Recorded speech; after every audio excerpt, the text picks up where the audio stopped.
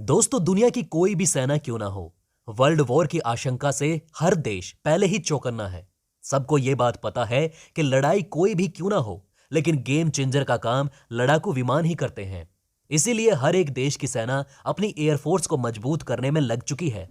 दोस्तों, आज आपको बताने जा रहे हैं कि भारत की सुरक्षा में तैनात 5 डेडली कॉम्बिनेशन वाले लड़ाकू विमान जो दुनिया भर में बवाल काट रहे हैं। दोस्तों, ये गर्व की बात है कि राफेल सहित कुछ और शक्तिशाली लड़ाकू विमान या फिर हेलीकॉप्टरों की अलग अलग स्क्वाड्रनों में शामिल होने से हमारी वायुसेना अब पहले से और ज्यादा शक्तिशाली हो चुकी है।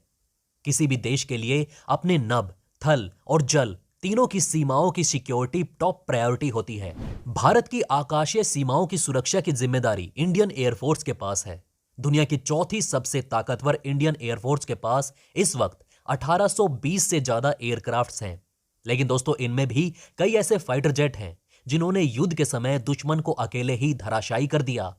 राफेल के आने से तो एयरफोर्स की सभी एयर स्क्वाड्रन कई गुना ज्यादा ताकतवर हो गई हैं। दोस्तों, आज हम आपको बताएंगे एयरफोर्स के ऐसे टॉप 5 फाइटर जेट्स के बारे में जिनका डेडली कॉम्बिनेशन पलक झपकते ही दुश्मन को धूल चटा सकता है। नंबर 1, मिग-29।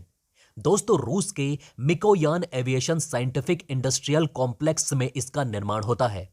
इसे वायुसेना में बाज भी कहा जाता है। कीमत 300 करोड़ रुपए। दोस्तों, ये एक 2 इंजन विमान है।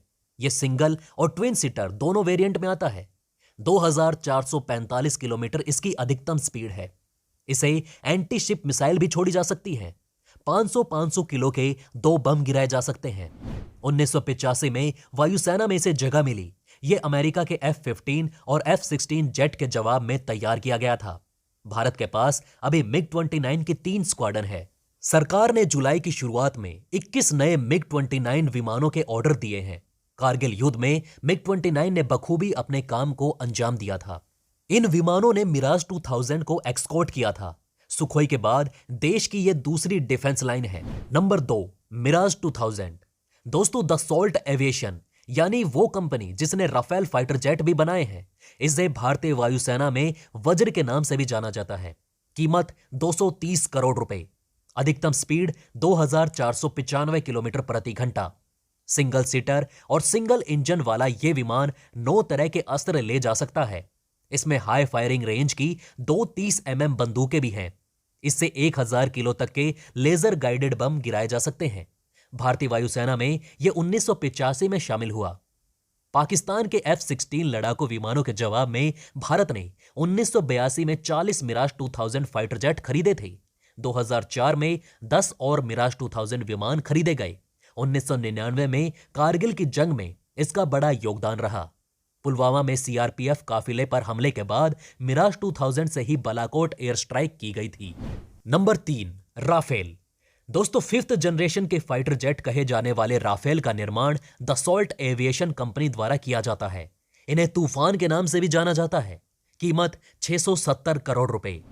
दोस्तों, twin engine multi role fighter aircraft से लेस इसमें बेहद घातक मीटियोर, हैमर और स्कैल्प मिसाइलें लगी हुई हैं।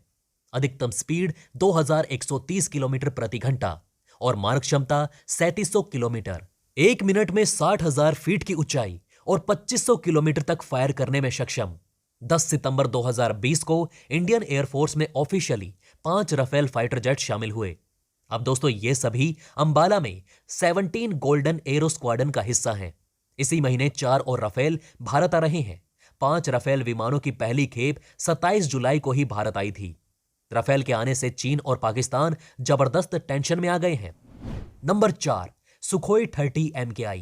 दोस्तों, इन्हें रूस की सुखोई कंपनी ने तैयार किया। अब इसे भारतीय कंपनी HAL बनाती है। इसे दोस्तों फ्लैंकर यानी कि किला भी कहा जाता है। कीमत करीब 358 करोड़ रुपए। ये फाइटर जेट हवा से हवा और हवा से जमीन पर हमला करने में सक्षम माने जाते हैं। अधिकतम स्पीड 2500 किलोमीटर प्रति घंटा। यह 2 सीटर और 2 इंजन विमान है। इस विमान में ब्रह्मोस मिसाइल भी लगाई जा सकती है, जिससे इसकी मारक क्षमता बढ़ जाती है। साल 1997 में रूस ने भारत को पहला सुखोई विमान दिया। अभी तक एयरफोर्स में 290 सुखोई विमान इस्तेमाल किए जाने का अनुमान है।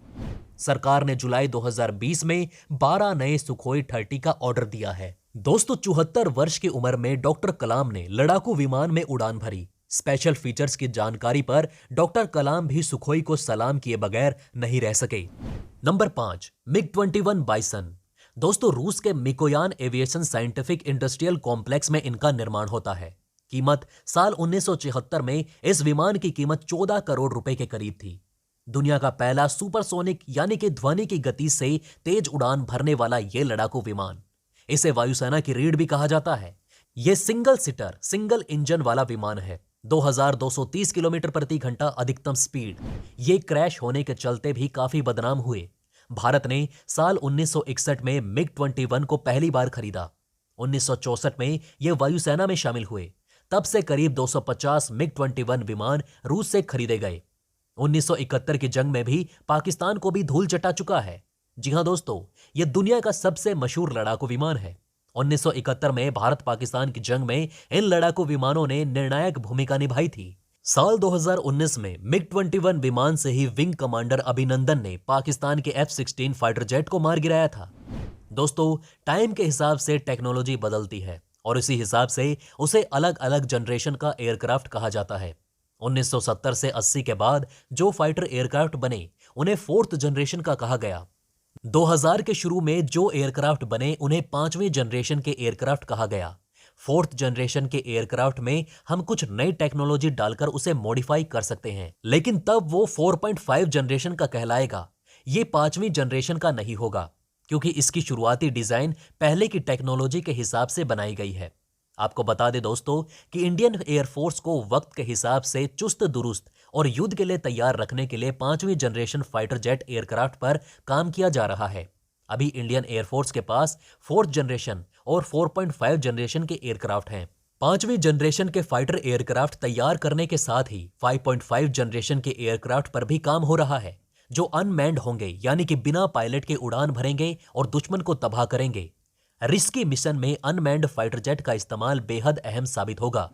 रक्षा मंत्रालय के तहत आने वाली एजेंसी एरोनॉटिकल डेवलपमेंट एजेंसी यानी कि EDA advanced medium combat aircraft तैयार कर रही है। AMCA के प्रोजेक्ट डायरेक्टर AK घोष ने NBT से बात करते हुए कहा कि ये फाइटर जेट पांचवीं जनरेशन का फाइटर एयरक्राफ्ट है और स्वदेशी है। अब तक सिर्फ अमेरिका, रूस और चीन ने ही पांचवीं जनरेशन के एयरक्राफ्ट बनाए हैं। दोस्तों आपको बता दें कि ADA अनमैन्ड फाइटर जेट पर भी काम कर रहा है। घोष ने बताया कि पांचवीं जनरेशन का फाइटर जेट तैयार होने के बाद हम इसे आगे डेवलप करेंगे और इसे ऑटोनोमस बनाएंगे। तब यह फाइटर जेट बिना पायलट के भी उड़ान भर सकेगा, दुश्मन पर अटैक कर सकेगा। खतरनाक मिशन के लिए अनमैन्ड फाइटर जेट बेहद अहम साबित होगा। इसे हम 5.5 जनरेशन का एयरक्राफ्ट कहेंगे। हम अभी इसकी टेक्नोलॉजी डेवलप कर रहे हैं। पांचवीं जनरेशन के एयरक्राफ्ट की परफॉर्मेंस देखने के बाद हम उसमें ये टेक्नोलॉजी डालेंगे और फिर उसे अनमैन्ड भी बनाएंगे। मीडियम वेट कैटेगरी का एयरक्राफ्ट। दोस्तों आपको बता दें कि जो एयरक्राफ्ट तैयार किया जा रहा है वो मीडियम वेट कैटेगरी का है। LCA तेजस लाइट वेट कैटेगरी का एयरक्राफ्ट है जिसका वजन 15 टन से कम है। जो एयरक्राफ्ट 15 से 25 टन के बीच के होते हैं ये मीडियम वेट कैटेगरी में आते हैं और 25 टन से ज्यादा वजन के हैवी वेट कैटेगरी में। सुखोई 30 हैवी वेट कैटेगरी में है और राफेल मीडियम वेट कैटेगरी में। तो दोस्तों अब आप हमें कमेंट सेक्शन में बताइए कि क्या आपको ये बातें पहले से पता थी। अगर नहीं तो इनमें से कौन सी बात आपको सबसे ज्यादा इंटरेस्टिंग लगी। तो दोस्तों हमने इस वीडियो के माध्यम से आपको बहुत सी बातें बताने की कोशिश की। अगर आपको हमारी ये कोशिश अच्छी लगी तो प्लीज लाइक करें इस वीडियो को और ज्यादा से ज्यादा चैनल को अभी सब्सक्राइब करें। खैर दोस्तों इसी के साथ मैं मिलता हूं आपसे ऐसे ही किसी अगली वीडियो में। तब तक के लिए हमारे चैनल पर बने रहें। धन्यवाद।